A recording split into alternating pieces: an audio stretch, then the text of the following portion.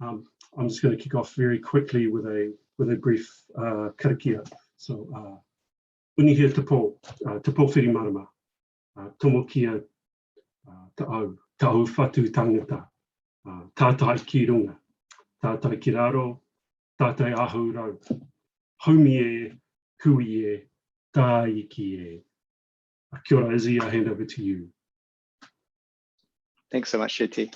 Well, kia ora, everyone. I'm Izzy Robinson. My pronouns are they, them, and I'm the creative producer here at Touch Compass.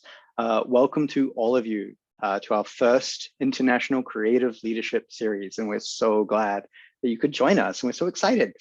So just some housekeeping, some technical housekeeping before we begin. So first of all, during the webinar itself, if you could please mute your microphone, that would be great.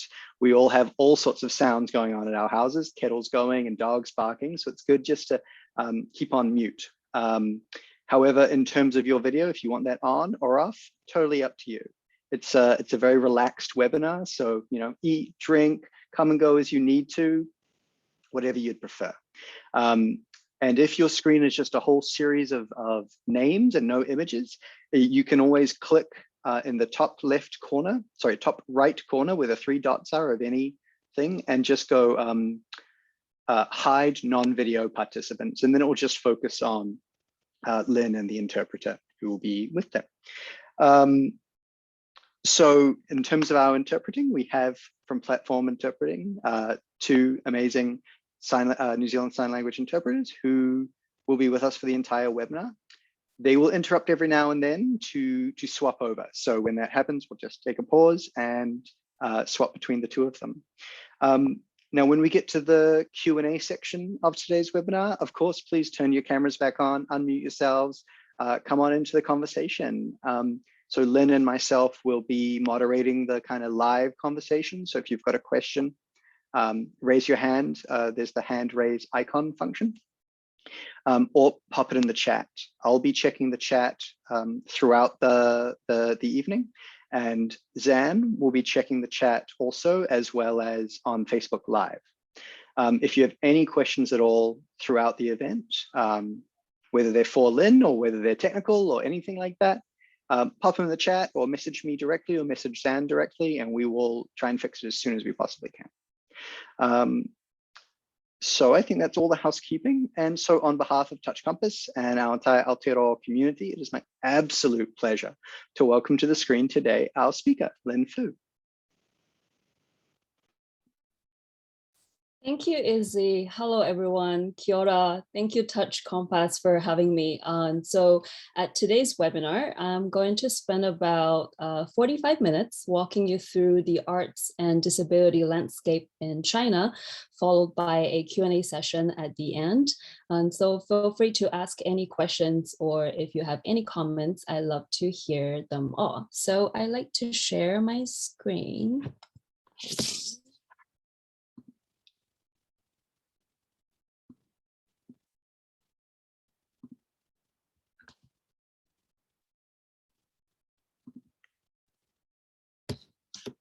Okay, so my topic for today is touring China as a disabled artist.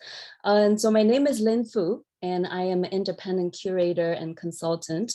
I'm usually based in Shanghai, but my hometown, but now I'm joining you from New York City. And so it's like 9:05 in the evening.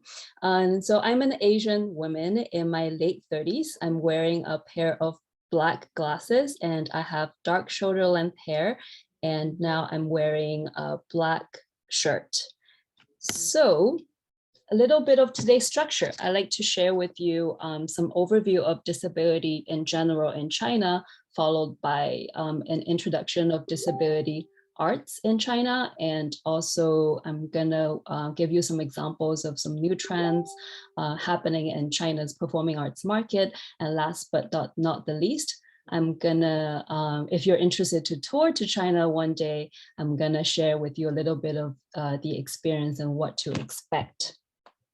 Cool. Okay, so now on the screen, you see a map of China and also the surrounding area. And then now the three major cities are popping up. The first one is Beijing, which is situated a little bit northeast of the country. And then the second one is in halfway up the East Coast, which is Shanghai and also my hometown. Last but not the least is Guangzhou on the southeast coast. So as you know, that China is the most populous country in the world. It's also the second largest economy, as well as one of the largest countries in terms of the area in the world. So these three big cities, Beijing, Shanghai, Guangzhou, are the three major cities in China. So one day, if you tour to China, I guess that will be your first destination. So Beijing is the political, it's the capital of China. So it's a political center, and it's also very active in contemporary arts, particularly visual arts. And Shanghai is more like a financial center with very strong economic power and development. So Guangzhou, I would call it the center for the foodie, because the city has the best food in the world. The Cantonese cuisine is my favorite. So these three cities, basically, they gathered most of the resources, talents of the whole China. Okay, so how about the disability, this whole, how disability is recognized in China? So honestly speaking, disability is still somewhat an uncomfortable topic in China. So often saying in a medical context that a person with disability is regarded as a patient that needs to be treated. And so options available for people with disabilities in terms of their job and career for them to prosper are quite limited. As far as I remember, there was a time for the blind people, for example, to be a masseur is kind of like one of the very few options for them in terms of their, the job that they can get. And in the recent years, however, I've noticed that, for example, for deaf people, there are a lot that working in the visual design and also surprisingly in the coffee industry, like they become a barista. There are some trainings going on for the deaf communities particular. Just a few months ago, actually, Starbucks opened their new signing store in Shanghai. So it's kind of like some new trends of like more options for the people with disabilities for their job career options. And talking about disability, language is a very important component. So it plays a very important role to reflect the understanding and acceptance of disability. Okay, so I'm not gonna give you a Chinese lesson, so don't worry. So on the screen, you see three Chinese words. Each word has two Chinese characters. It marked with 1, 2, 3, because that reflects the kind of evolvement of the language in Chinese. That means disability. So the first one, before and during the 1980s, disability in Chinese is called 残废, 残废. So 残 in Chinese means disabled or incomplete, while 废, which has a pretty negative meaning, that means abandoned or crippled. Interestingly, the phonetic indication of 残 in English is can, is can, but actually in Chinese, it literally means cannot. So that later, it kind of changed to another term. We still keep the first character, 残, the same, while we change the second character from 废, the negative term, to 疾, which means illness or disease. So as you can see, 残疾, this term sits more under the medical context. And this term is still pretty widely used until nowadays. And more recently, another new term popped up. The first character still stays the same as 残, while the second character, we use a new character that is 障. So 障 in Chinese means barrier or obstacle. So which is more like fits the social model. of disability recognition. So I would say 残障 is kind of more popular in Hong Kong and Taiwan. So mainland also borrowed this term about 10 to 15 years ago. So as you can see, the evolvement of disability in Chinese language, there's 3 different words, actually really reflect well the change of perception of people towards disability as disability in general. Okay, so what about the legal framework? What kind of like laws or regulations are available in China for disability? And on the screen, you see this law of the People's Republic of China on the protection of disabled persons. So this is basically like a basic law, or like quote unquote constitution, sort of for the law that is available to protect people of disability with disability.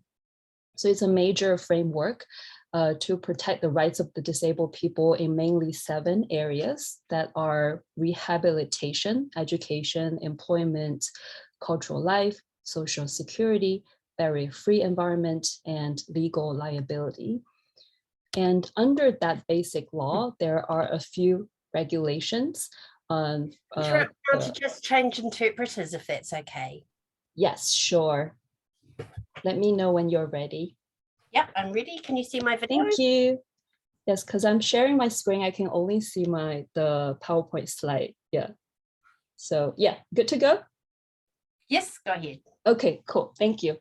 So under that basic law, there are also a few regulations that have a particular area covered. For example, the regulations on disability prevention and recovery of the disabled, and then regulation on the education of the disabled, on the employment of the disabled, and last but not the least, it's a regulation on the construction of barrier-free environments. So these are all on the the highest, the national level, but also on the regional and provincial level, there are similar regulations tapping on the same areas. So who are the major players in disability in China?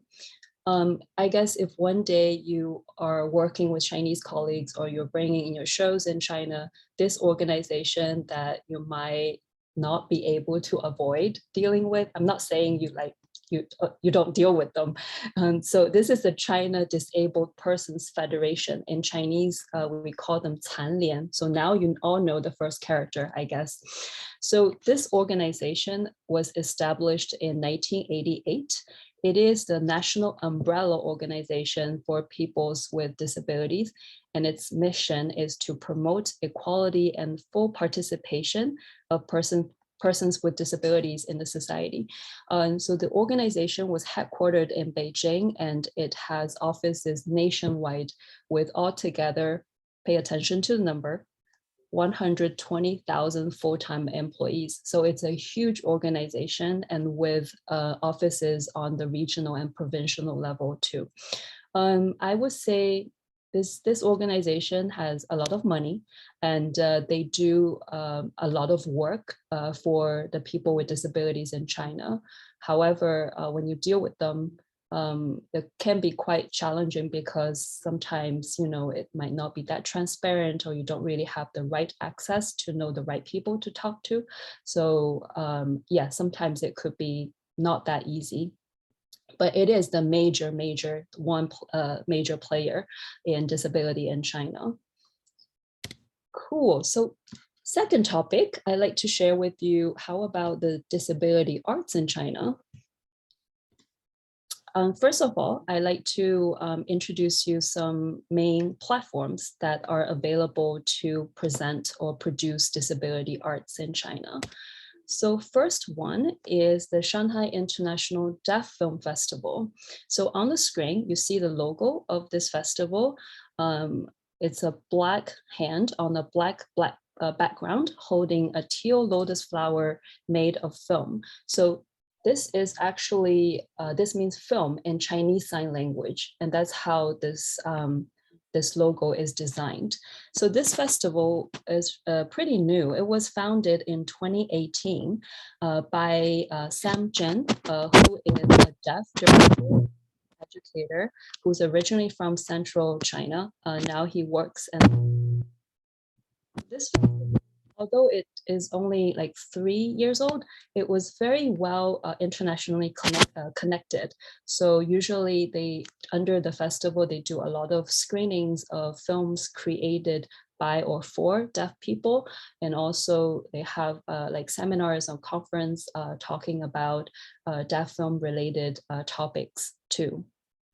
So the second one is the Luminous Festival. So on the screen, you see 2 posters of the Luminous Festival. There are several artists and pictured interspersed with text and graphics. So this festival is also pretty new. It was founded in 2019 by a non-disabled led team. But as you can see, the Deaf Film Festival is a disability-led organization, which is really rare in China. So the Luminous Festival, it has a very close partnership with the British Council in China. That's how their programming has very strong international components. As you see on the poster to the left, that is the festival, the second edition of the festival last year during the pandemic. And that's the inclusive dance called Gala. Some of you might have seen it. It has toured the world. I think Xie Hongbei, the choreographer from France, is really like a forefather of concept touring because he stopped traveling by air before 2019, right, way before the pandemic. But still, his works are like widely presented all around the world. And then the poster to the right is one of the programs that the festival presented this year on the 3rd edition in this September. So it's 100% Berlin Reloaded, and it's by Rimini Prodigal. So the festival did a screening, online screening of this production this year. And last but not the least is on the screen, you see a logo that says DAWA, Diverse as We Are, DAWA, International Festival of Inclusive Culture. So this is still ongoing. This project is yet to happen. It's scheduled to happen next September. So this logo is not yet final. So I'm really sharing with you the work in progress. I'm actually currently working on this festival that is supported by UNIC, the European Union National Institutes for Culture, which is a European network of organizations engaging in cultural relations from all EU member states. So this festival has been initiated by the Goethe Institute in Shanghai, together with another 10, 12 European and local partners. So the aim, the objective, the mission of the festival is to serve the underrepresented artists, which is the artists with disabilities, and also serve the underserved audience, that are audience with disabilities that usually, they don't have such access to arts and culture. Right. So after an introduction of the major platforms, so who are these individual artists? I'm gonna introduce you 3 artists that are active artists with disabilities that are pretty active and have been doing a lot of interesting work in China in the recent years. So first is Alice Hu Xiaoshu. So she is a Shanghai native, and she was educated in Austria, and she also has lived in Austria for many years. And last year during the pandemic, she moved back to Shanghai. And Alice is a deaf artist, educator, and advocate for deaf culture. So a lot of her work is about bridging gap between the deaf and the hearing communities. So when I first met Alice last year in Shanghai, I think she just has completely changed my perception about what is possible for a deaf person or for a deaf artist. So on the screen, there are two pictures. To the left is a screenshot of a video I'm going to show you in the 2 seconds, with two guitarists perform, and Alice is doing sign language interpretation for the concert in 2019 in Europe. And the picture to the right is a show in rehearsal. It's called The Midnight Movie, and this theater piece is going to premiere in about 1 week, and it's a brand new commission. It's an inclusive theater piece with Alice, a deaf artist, performing with Rachel to the right in the picture, who is a hearing artist. So now I'm gonna just show you a very short clip of who Alice Hu is. Wir freuen uns riesig, dass wir heute für euch spielen dürfen. My mother said you got a damaged leg. You're not like anybody else. You're different instead, so will you try to dance or fall?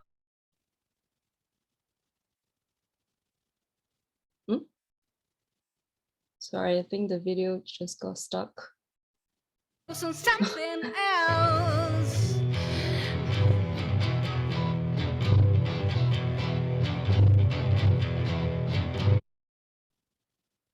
Yes, so in the film, My it parents is took me to the doctor.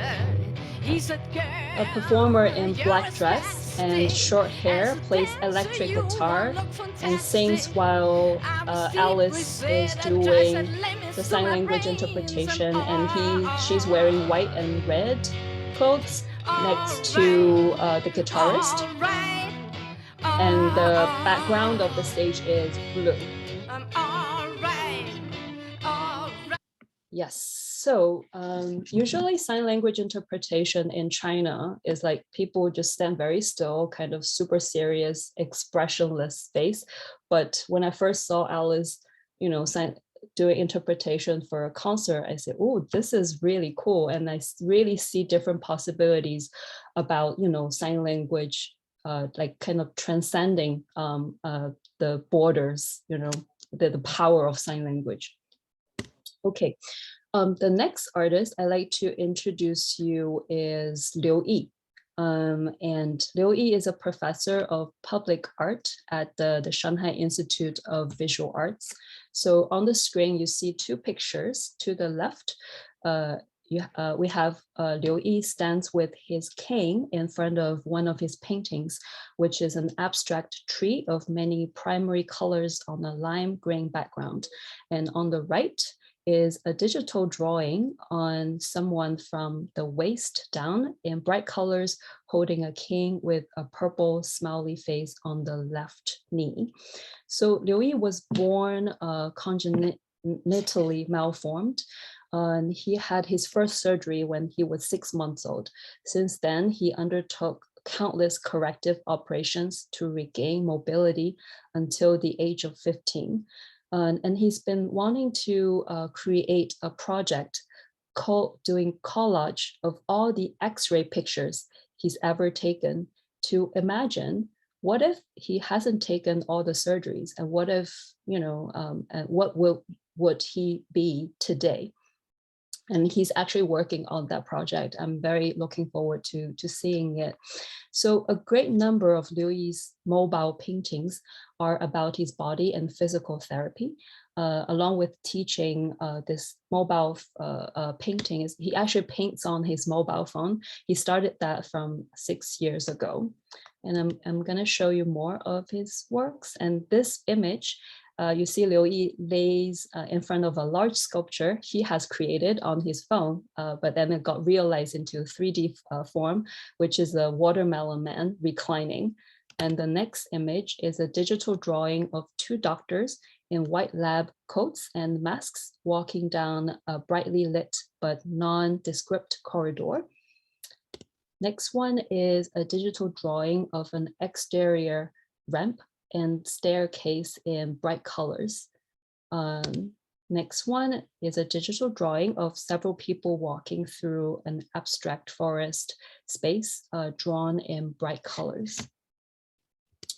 All right, so the next name is Dima Wangdu. You might have recognized it's kind of like different from usual Chinese name. So Dima is from Ganzi, Sichuan province, which is part of the Tibetan Autonomous Region in China. So he lost his sight 3 months after birth because of illness. Dima lives in Lhasa, and he used to be the principal of the Lhasa School for the Blind Kids.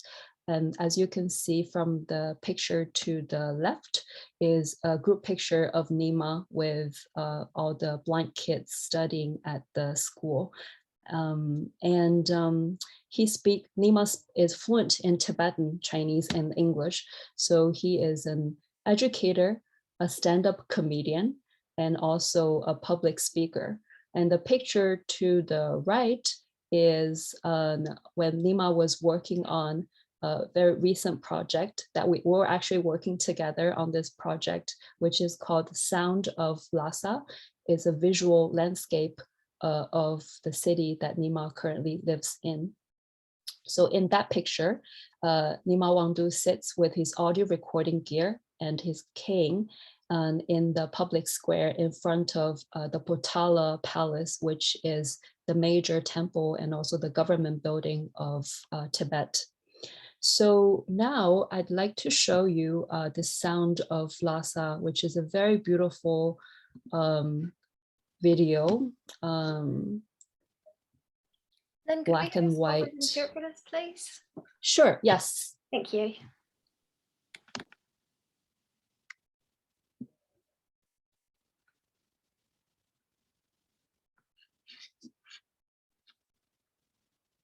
Are we ready to go, please? I'm just waiting to see myself come up. I haven't quite come on screen yet.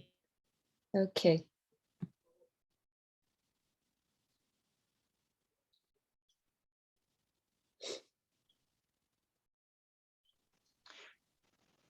Kelly, you should be spotlit. Thank you, Lynn. You can proceed. Thank you. Okay, I'm gonna press play.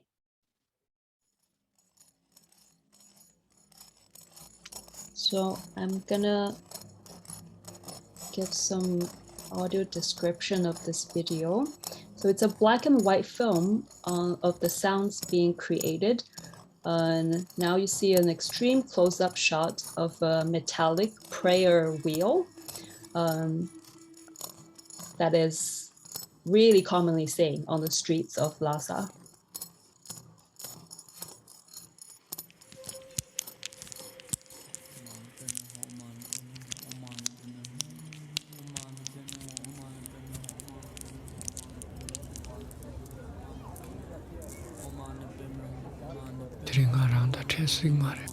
Now is you see a busy street in Lhasa, which is called the Backhor Street.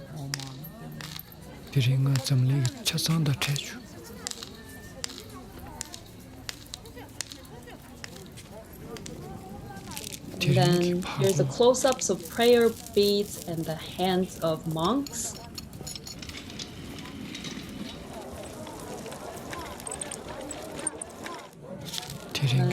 Now we're in the tea house. There's interaction between the customer and merchant as one pays the other.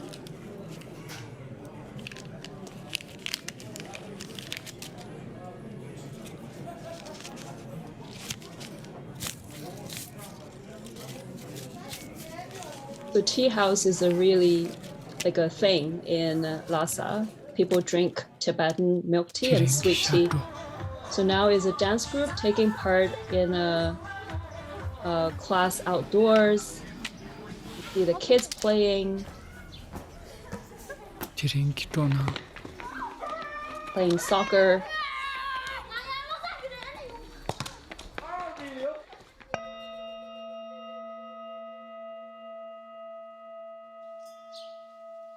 And Dima Wangdu is climbing the stairs of the temple with his cane and interacting with the candles and bells set up for prayer.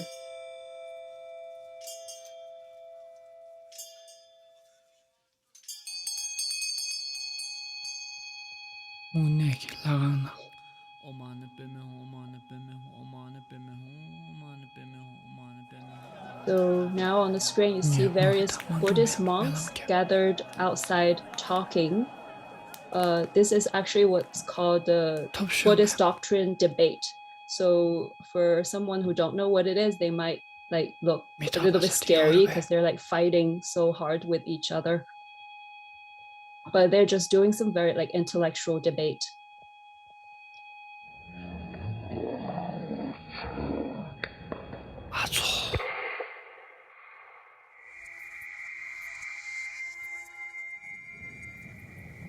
And then now Dima Wangdu is standing above Lhasa overlooking the city and the temple, the Potala temple, dominates the landscape. So here is a very quick montage of images to match the sound from across the city.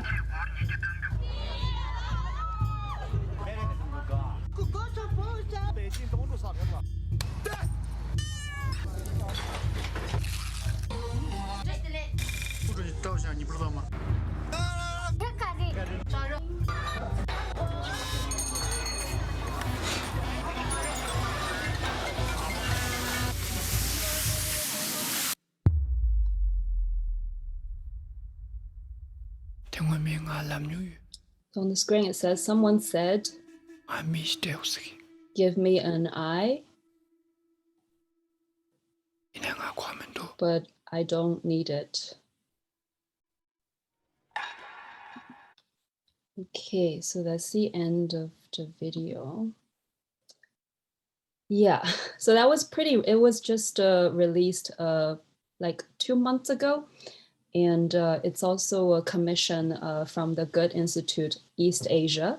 And if you're interested to know more, I will put down the links. And also there is an interview in English about Dima Wangdu. I'll also put in the link later if you are interested to know him more.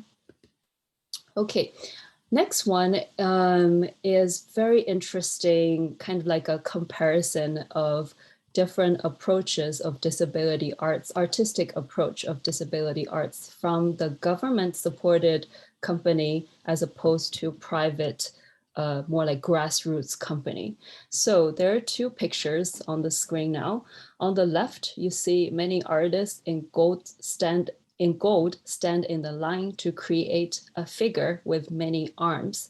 And on the right is a performance artist looks up at his wheelchair from the stage under a single spotlight. So the picture to the left, it depicts the show that is called 1,000 Arm Dance, which is produced by China Disabled People's Performing Arts Troupe that was founded in 1987. And this company has literally toured the whole world. Maybe they have been to New Zealand too. I'm not quite sure, but yes, they are very well recognized. This 1,000 Arm Dance is one of the most well-toured piece that they have ever done. So all the dancers in this piece are deaf or hard of hearing. I'd like to just show you a very short clip of this piece to give you some sense, some taste of it.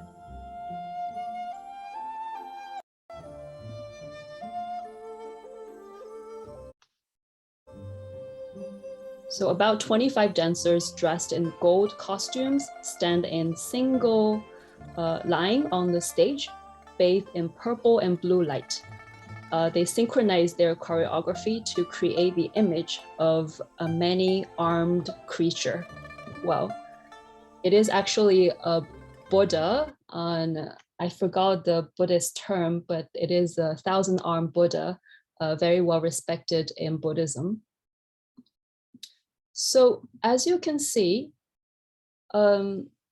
this is simply another level, like the level of precision and also perfection. So the whole idea is about to impress and to be excellent. So this is what disability arts is kind of portrayed, or when you create a disability arts piecework, this kind of artistic approach adopted by the China Disabled People's Performing Arts Troupe. While the picture to the right is a piece created by this Guangzhou, the foodie city, the Guangzhou-based company called the Mistakable Symbiotic Dance Troupe. And this company was founded in 2018. And this idea is very simple. It's simply just to provide equal opportunity for people with disability to dance. So I will also show you a very short video clip of the work they do. Good.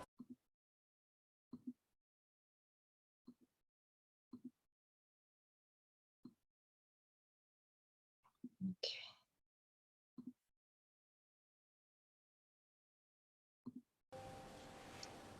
So two disabled performance artists, one with a cane and one using a wheelchair. They work together to create a dance piece situated on top of synthetic grass in a workshop environment. 可能每一个人他都会根据说我的身体 Now- 状况和我想要表达的，根据对方的一个可能会做更多的一些探索。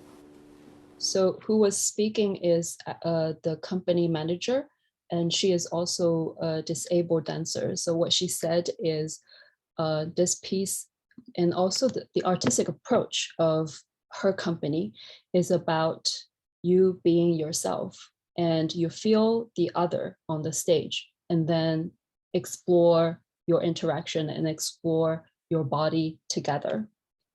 So as you can see, these are two completely different artistic approach, and I found it really fascinating.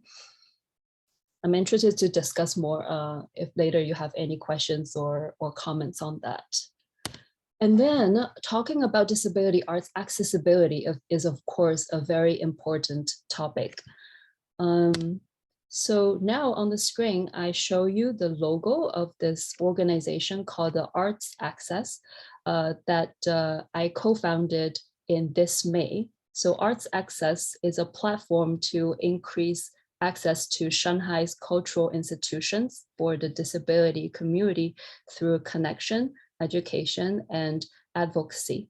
And on the logo, you can see it's a white easel in a red circle that also looks like the letter A alongside the text in English and Chinese.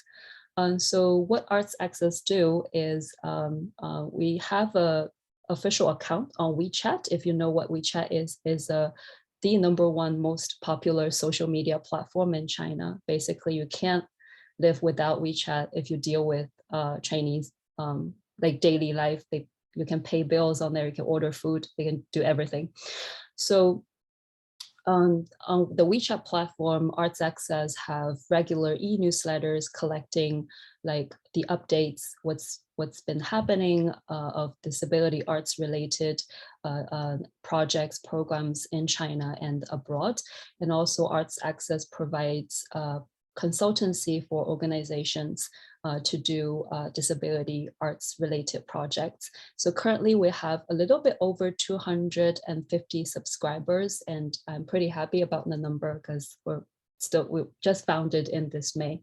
So hopefully in the future, we're gonna have more people that get interested in this topic, and then we can create better accessibility for people, with different needs. So this is a group picture of an accessibility check that Arts Access designed for the Goethe Institute Shanghai office. And it was just a few months ago, pretty recent too.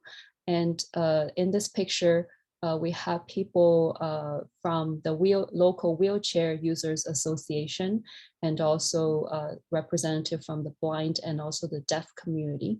So actually on the second row, the second person to the left, who is wearing a pale beige shirt, he is Sam, the founder of the Shanghai International Deaf Film Festival. Okay, the next one.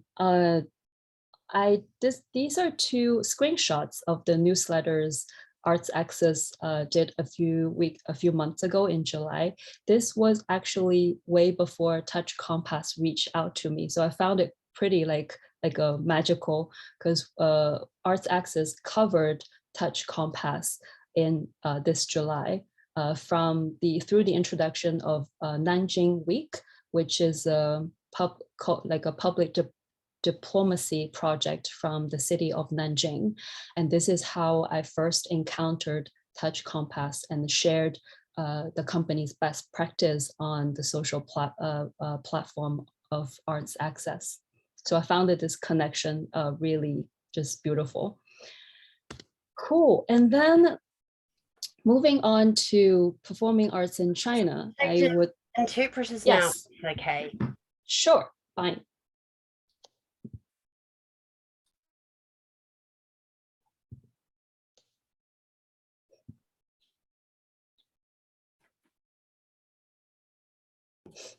Please go ahead, Lynn. Thank you. So moving on to the next topic is performing arts in China. Before giving you some examples of some new trends, I like to just step back a little bit to understand better the performing arts market in China. I think this cultural policy of Chinese government is very important, which is about bringing in and going out. Very simple and direct and straightforward. So bringing in is about introducing good international cultural content to Chinese audience. And going out is to basically bring Chinese works overseas to kind of how to craft a better Chinese narrative and tell the Chinese story.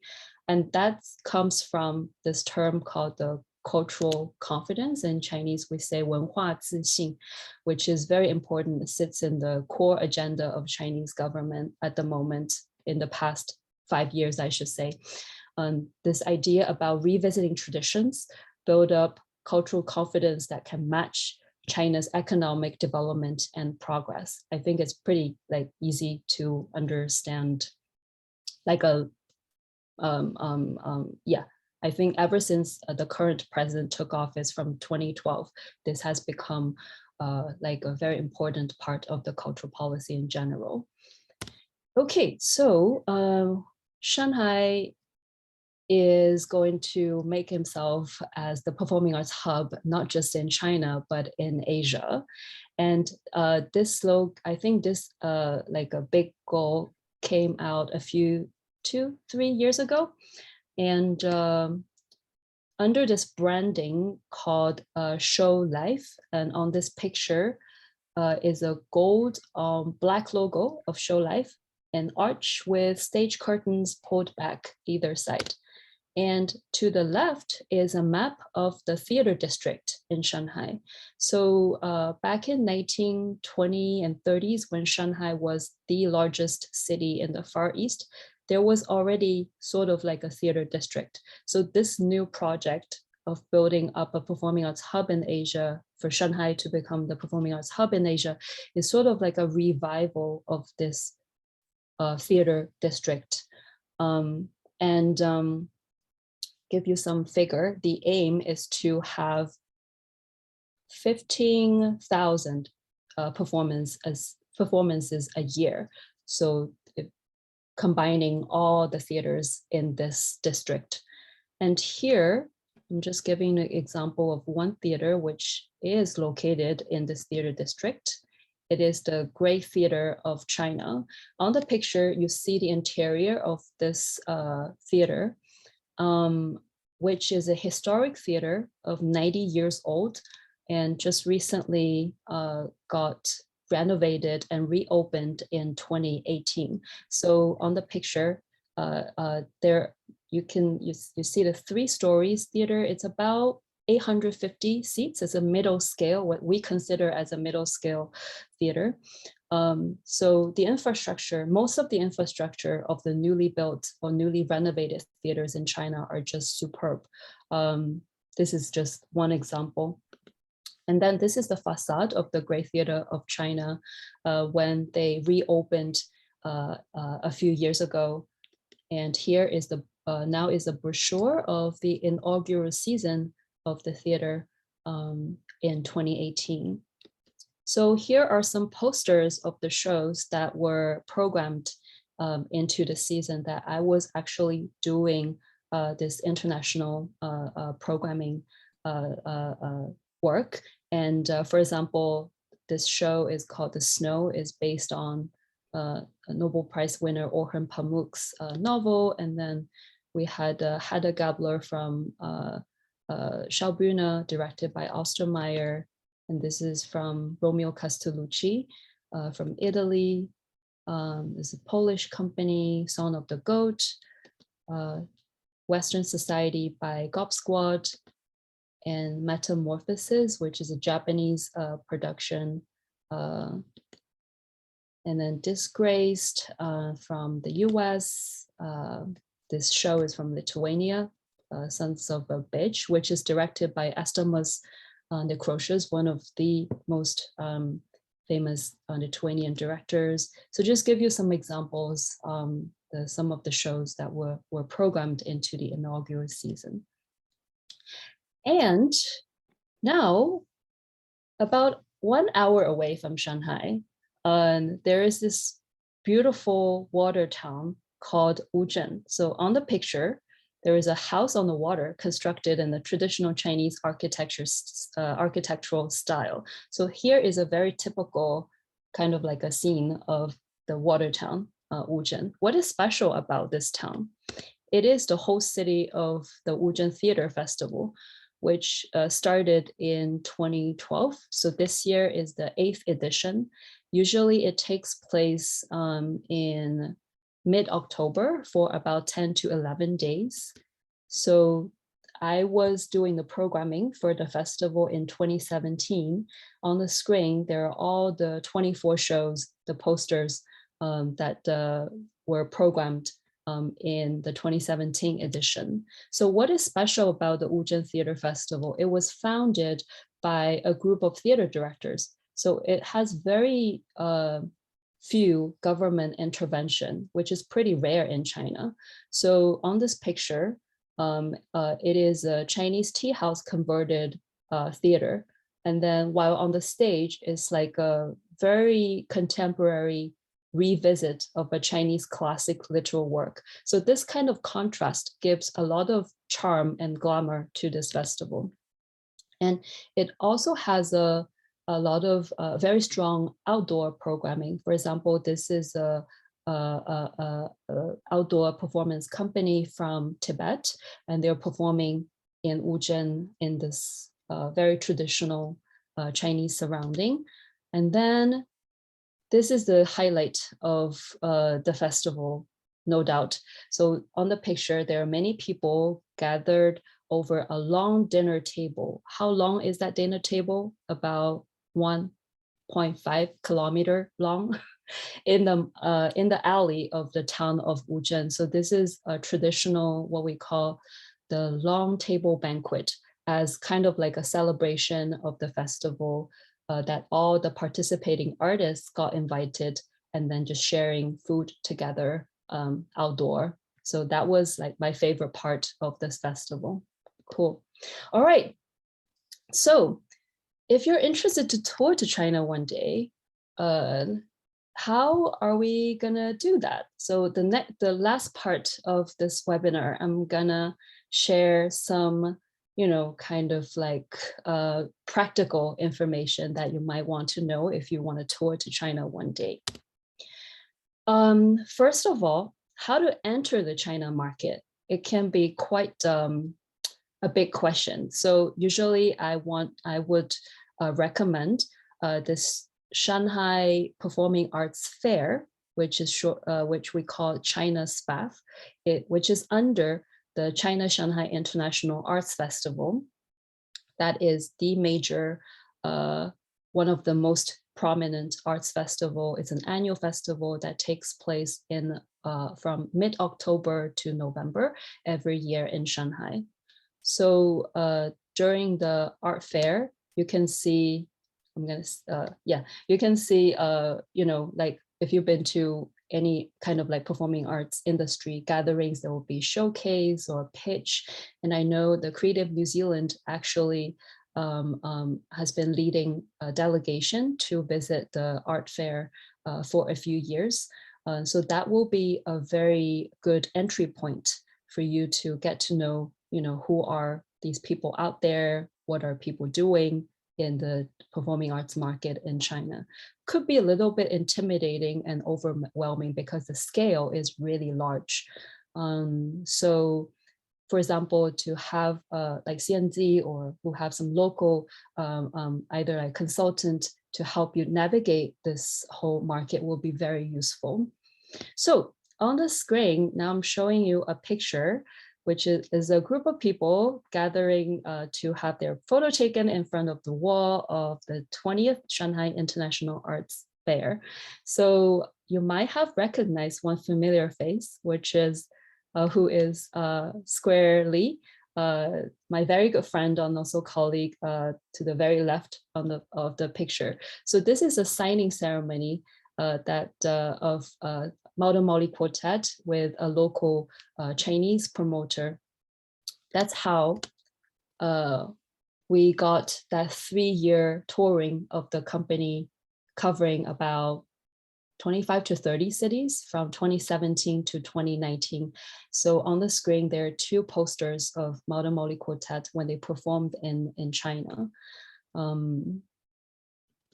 And if you're interested to explore beyond China, here are the 2 industry gatherings that you can try to, you know, get to know a little bit more. The one to the left is called IPAM, which is the Yokohama Performing Arts Meeting.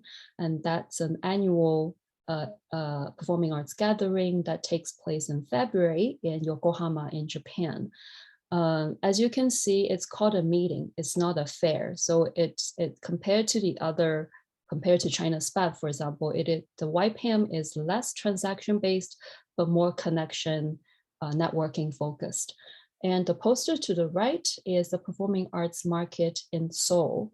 So that one usually takes place in early mid-October. So I know a lot of my international colleagues, when they travel to Asia from, for example, Europe or North America, they will do PAMs first, and then they will come to Shanghai from Seoul. It's only 2 hours flight from Seoul to attend the China SPA to kind of make most of their time in Asia. Then could we take a swap of the introduction? Yes. Thank you. Sure. Very well.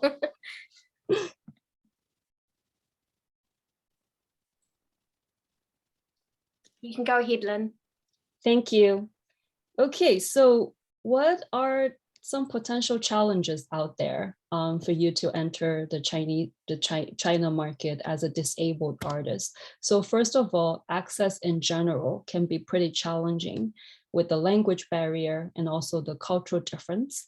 And I have to say, for most of the theaters, even the newly built one, the accessibility can be quite difficult. So based on my experience of doing accessibility check for some of the cultural organizations or venues out there, it's far from being ideal. So it could be, you know, something that you have to bear that in mind to prepare in advance. And then next is the famous permit censorship and also the visa application. So as you all know, for all the public ticketed shows on stage in China, they have to apply for this performance permit, which is an application procedure that can take about a month or 3 months. So that's something that also, usually it's a presenter's responsibility to plan ahead. But, you know, to apply for the permit, you have to submit, for example, like a full script of the show, all the passport scans of the crew and the cast. You know, just these very kind of like a lot of paperwork just to get this done. It's basically a censorship process. And also as a touring artist, it can be quite difficult to get access to the marketing, ticketing, or you might not know who are going to see your show because it's very much in the hand of the local agent or the presenter or the local venue. And then technical support, really depending on where you go. I would say for major theaters in Beijing, Shanghai, Guangzhou, or these big cities in China, it won't be such a big problem. But if you go to like a smaller city, it can be quite a big headache that technical support won't be always available out there for you. So then, shall we go or shall we just not go, give up? So I'd like to give you some advice. Still, we can make it happen despite all the difficulties, and it's quite promising, I should say. So especially for, I would say, for artists with disabilities or a company that make disability arts productions, I would highly recommend that for the premiere or for the debut, that we go through some quote unquote, some official cultural exchange channel with some government support. Because as I mentioned earlier, disability is still somewhat, you know, not that well recognized or accepted by the general public. So is disability arts. So it will be very difficult if for the first time that you perform in China, you will get like a commercial deal. So I would say it will be, you know, just quite hard to really get that. So I would say to make this touring happen under some cultural exchange activities with strong government support, it will be, you know, just more possibility to make it happen. And then before you go or before you plan things out, to do some research trip together with, for example, a visit to the China SPAF, and to, you know, consult CNZ, who has a lot of expertise dealing with international collaboration. So in advance, you know what to expect. You know, as I said, accessibility is not ideal in China. So these are things that you can know in advance. You can see with your own eyes before you commit. That's very important. So last but not the least, I think to find a trustworthy consultant or agent to help you kind of navigate the complicated landscape to make most of the experience. For example, if you visit China SPAF, to help you, you know, schedule meetings, to sit down with people, walk you through things, make real meaningful local connections that can lead to possible future collaborations. Yeah, so I guess that's all I want to share for today. Really thank you, Touch Compass and everyone who are attending. If you have any questions, just feel free to shoot. So I will stop the screen share so that I can see your faces. Hold on.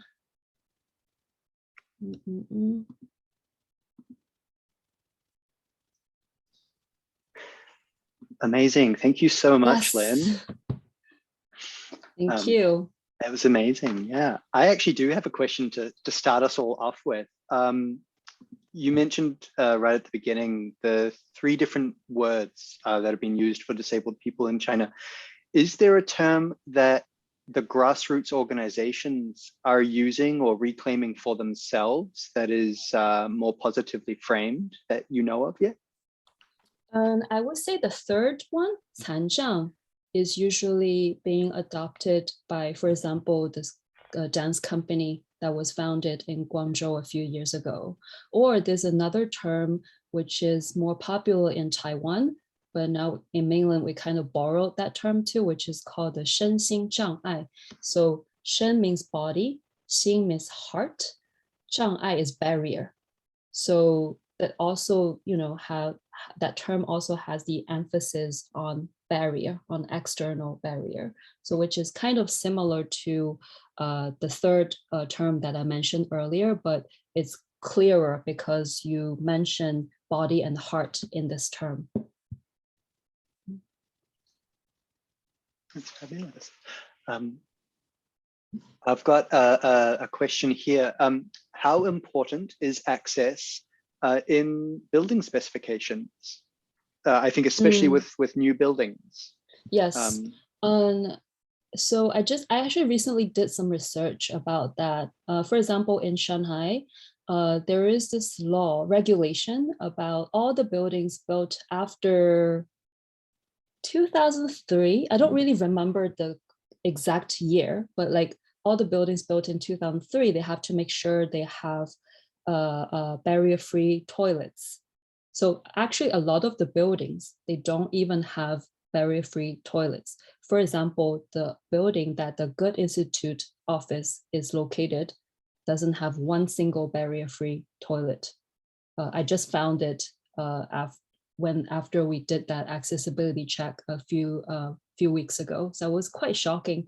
And for the visitors, for example, for wheelchair user visitors to attend a Goethe Institute, their public events, they have to use the toilet in a shopping mall nearby. And that shopping mall was built just like probably 5 years ago. So they have very well equipped barrier-free bathroom. So there is law, and there's not really much enforcement for old buildings.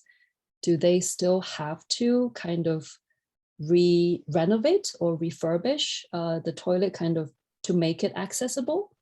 Yes, they should, but if they don't, there's no any kind of punishment. It's about the enforcement or the execution of the regulation. So it's really, it's a little bit sits in the gray zone, I should say. And a follow-up question that's come in from that is, and specifically in theaters and stages, you know, accessible stages is becoming such a big touch point for us as we want to tour our work around, but if we can't even get to stage. So are theaters listening to the accessibility demand as well, separate from buildings in general? I think for theaters, particularly for theaters in China, a lot of the theaters, they don't really take that into consideration. Even for those who take that into consideration, they recognize the fact of the access needs from the audience, but they don't really know that, oh, there are artists with disability, they need that too. So I would say we're still kind of left behind in that sense, because simply there are just very, very few artists with disabilities on stage.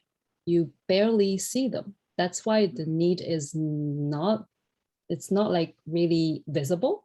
So probably like once in a long while, you have like the China's this national the national performing arts troupe with disability artists when they tour in China, but this is just like once every, I don't know how many years.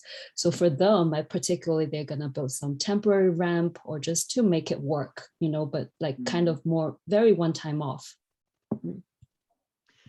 So another question that's come in on our chat is, how difficult would it be actually to tour as an international disabled artist? You know, what support would there be from organizations maybe outside of an agent that you'd already recommended? Like, what's the realities of being a disabled artist on an international tour in China? Oh, what's the reality? That's a very good question. I think there will be, I mean, what I have observed so far, usually they take place, as I mentioned in the PowerPoint, under like a very strong, for example, like I don't know, like a cultural year, like a more like on the diplomatic cultural exchange umbrella, which has a very strong government support. that they will like then talk to the China Disabled People Federation to, you know, just get as much as support as possible, monetary support or access support. So and then usually that kind of show, they don't really do ticket selling.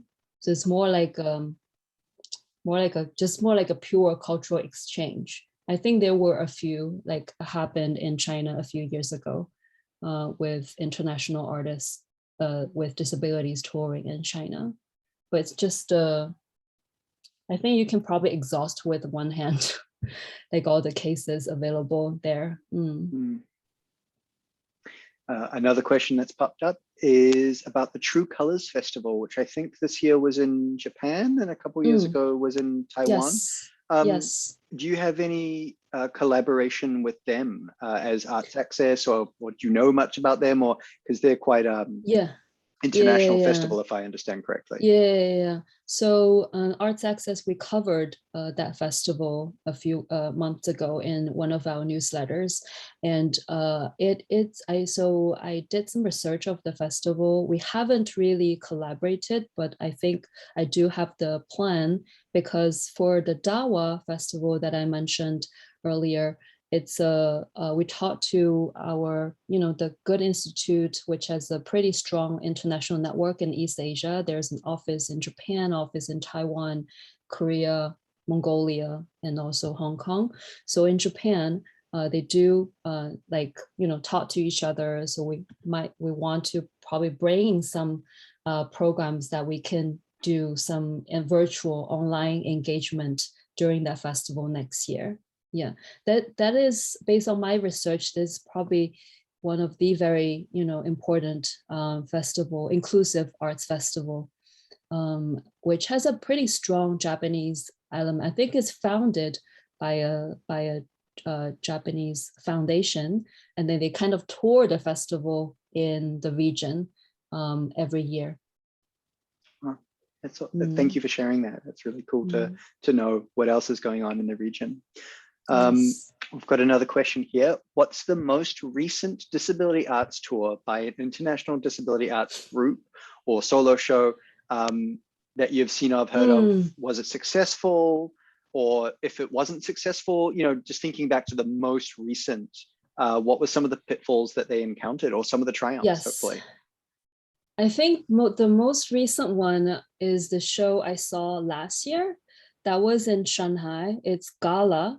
So the concept is by Zhao. I also mentioned a little bit in the presentation as well. So it's an inclusive dance piece, and the concept choreography is from the French choreographer Zhao.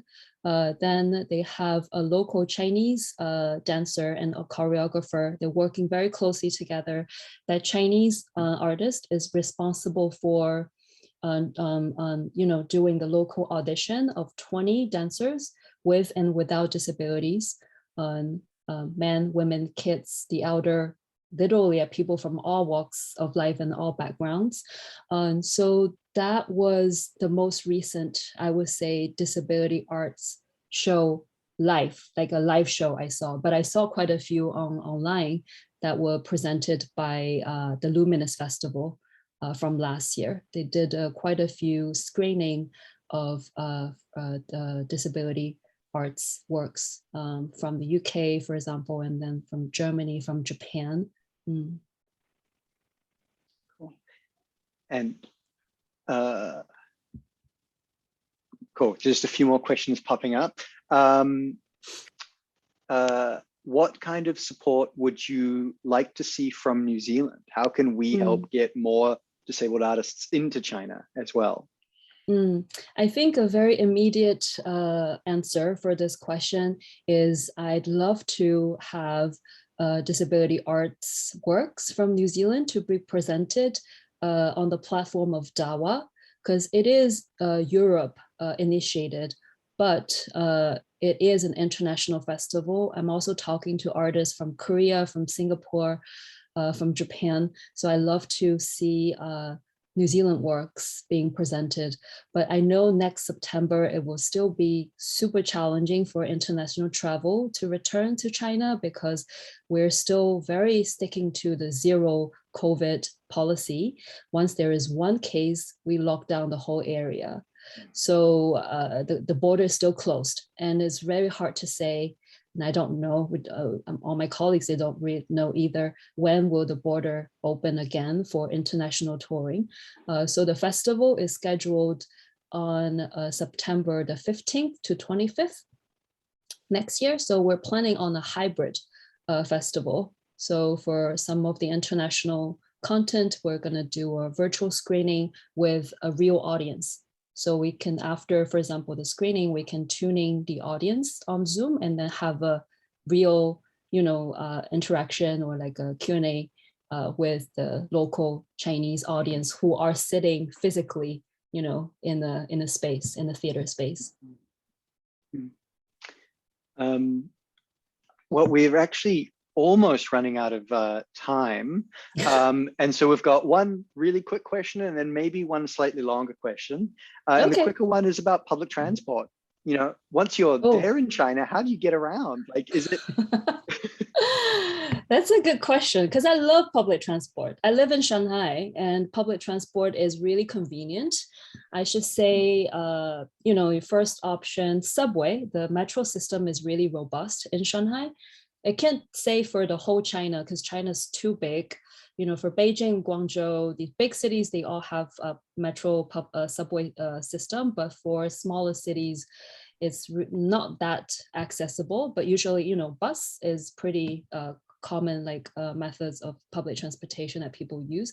So I would just talk about focus on Shanghai. So subway is pretty accessible. I think is better than bus. You have, all the, it's not, depending on where you go, for example, the big transit station, you might have like 20 exits, but probably 2 or 3 of them, they have elevators, like barrier-free elevators. So there's always one, there will always be one elevator available, no matter how small the station is. And so also usually the staff working in the station are very helpful. So I have some conversation with, for example, my friends who are deaf or blind and who are sitting in a wheelchair, not that a big challenge for them to, ride on the subway and navigate, the city. But for bus, it can be quite challenging.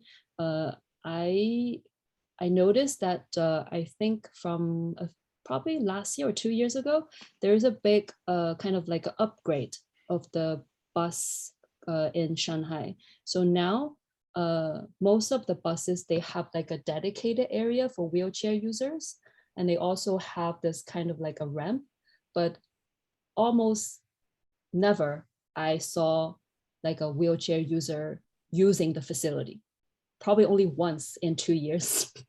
So that's the kind of like the reality. You don't really see people, still they're not that visible. But when like I'm working on some projects and reaching out to them, yes, now we see, oh, they are there, but on the daily basis, on the daily life, you don't really see them that much. I think compared to probably Auckland or in New Zealand or in Europe or in North America.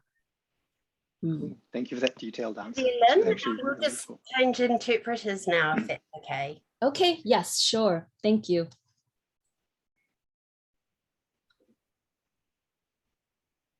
Okay, so we only have a few minutes left, so this may be too big of a question to answer in a couple of minutes, but we're almost over time.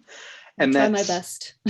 What is the future of disability leadership in China? What's the next 5-10 years of disability leadership? And how is bringing more works from overseas going to support that? And again, I'm sorry, we only have 2 minutes to answer this. Well, disability leadership, I think my projection, my answer for that question. I'm really looking forward to seeing more disability-led organization, being it how small, how grassroots, because there are not that many out there. But I do see some, you know, the young generation, for example, on the social media, on this the Bilibili, which is like a YouTube in China. You know, YouTube is banned in China. We have all the Chinese equivalent. So this Bilibili, which is a live streaming platform, very popular among the young generation. So I just recently met this girl who sits in a wheelchair. She's in her late 20s, early 30s. So she's running like a channel on Bilibili, just telling story about her sitting in the wheelchair, how her daily life goes. Like he made videos about her learning to swim and, you know, commuting to office every day. So he got like, I don't know, thousands, hundred thousands of views. So now he's like a KOL. There are like people really emerging and they're trying to, you know, just to voice out and tell people who they are and what their life is, you know, and to kind of just clear the misunderstandings and just simply introduce yourself. And also for my work with Arts Access, when I talk to a lot of the museums or theaters, cultural organizations in Shanghai, I would say most of the time, they're very positive about our idea and they want to do more. But the thing is that they don't know what to do. They don't know how to do. They lack in this kind of expertise. So, but they have this positive attitude to embrace this idea, to make their institution more accessible. So this is good. I mean, also, lastly, I want to mention is the government support, because just earlier this year, the municipality of Shanghai launched a new regulation, a rule particularly targeting at accessibility of cultural organizations, facilities in Shanghai. So they have this obligation to make their facility accessible to people with different needs. So I think combined with all these combined, I am positive because we're quite left behind China overall in disability and disability arts. But I think we're just slowly picking up, and also with the support of organizations like British Council and Goethe Institute, these international organizations are really putting, you know, disability arts in the core of their work, you know, trying to influence and engage local partners so that more and more people will know about disability and then try to, you know, just join this effort to make it better. Well, that's amazing. Thank you so much. Unfortunately, we are over time now. So Lynn, thank you so much for joining us and sharing all your expertise. Thank you. It's really exciting to hear about these future festivals. And I know at Touch Compass, we're just dying to sink our teeth into the China market and bring some works over, and hopefully we'll be able to do the same and bring some works from China over here. If anyone would like to follow up on anything that we talked about, feel free to email myself or Zan. I'm producer at touchcompass.org.nz, and we'll be posting a recording of this with a transcript and audio description text in a few days once we've got it ready to go. I want to say last thing. Thank you, Izzy, for providing the audio description or the text. So yeah, this is pretty new to me, I should say. When I do presentation, I do like a simple audio the visual description of myself, but I don't really have such experience of doing much audio description as I deliver my presentation. So thank you very much, Izzy, for providing me with the great text. You're most welcome. Okay, well, I'll pass it over to JT to close us out. Kia ora, Izzy and Lynn. Ngā mihi nui mo te tōtoko ki te kaupapa i tēnei wā. Thanks so much for your support of the purpose of today, for sharing everything with us. It's beautiful. I'll close this out with a closing karakia. Kia whakairia te tapu, kia wātea ai te ara, ka tūruki whakataa ai, kia tūruki whakataa ai. Haumie, huie, taikie. Translated, our restrictions are cast aside. The path is open and clear, and we can now return to our everyday lives. We return to our everyday lives, allied, together, as a one. Kia ora matatou, kato. Thank you so much. Kia ora. Bye, everyone. Kia ora.